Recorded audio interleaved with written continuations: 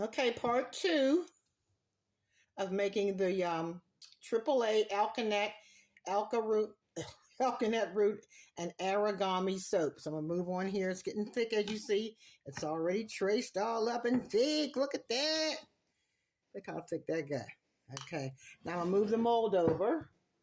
That's just for acne, bruises, ulcers. And I scented it with peppermint and tea tree. So we're going to pour in the first color, I should say. Ooh, I made a mess.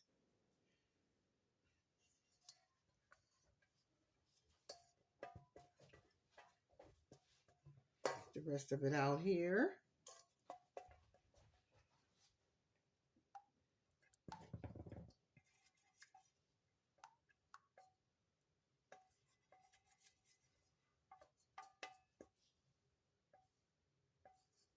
Still a little bit thin, but it's all good. It'll harden up and gel nicely. I really prefer when they're a little bit thin because I can do what I want to do with it. Then, let me wipe this up because I can't stand a mess.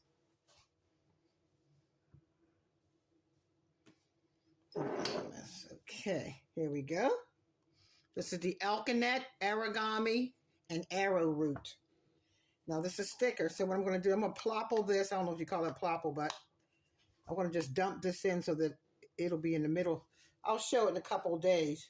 This lighting is so bad in here. I'll do it like this. And then so this way, the soap will be dabbled in between the soaps. You'll see it in the middle because I'm dropping it in.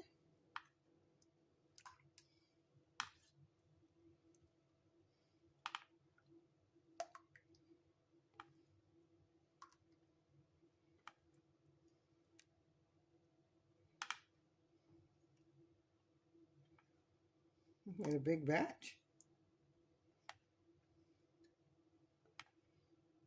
What's going to happen here is the beige portion or the light portion of the soap that I just dropped, it's going to drop down into the soap. It's going to look like little droplets will drop down into it. I'll show you when I do the cut in probably 24 to 48 hours, depending on how fast it gels up.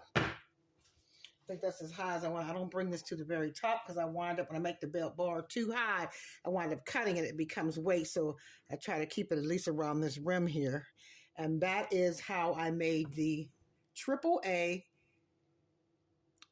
skin correcting soap bar.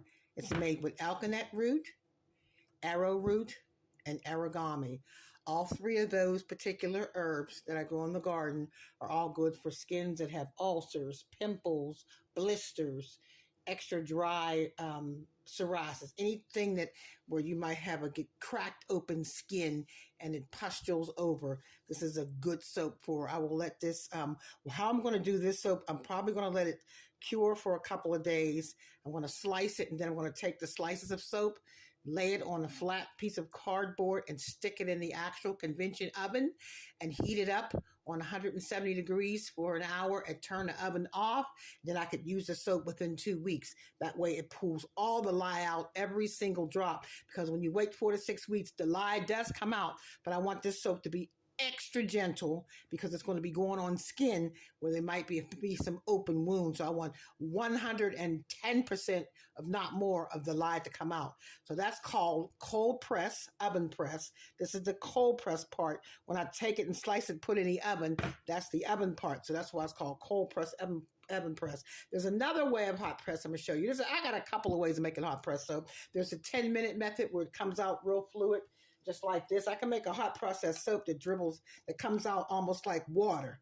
I can show you that. That takes about 10 minutes. And then there's a top of the stove hot press where you make the cold press soap, and then you set the cold press soap inside a water bath and put a lid on it and let that sit for an hour, and it comes up beautiful, beautifully emulsified and gelled soap. Thank you so much for watching Third Day Soaps Garden. This was part 2 of the AAA handmade soap from Third Day Soaps Garden, celebrating 20 years of formulating natural skincare.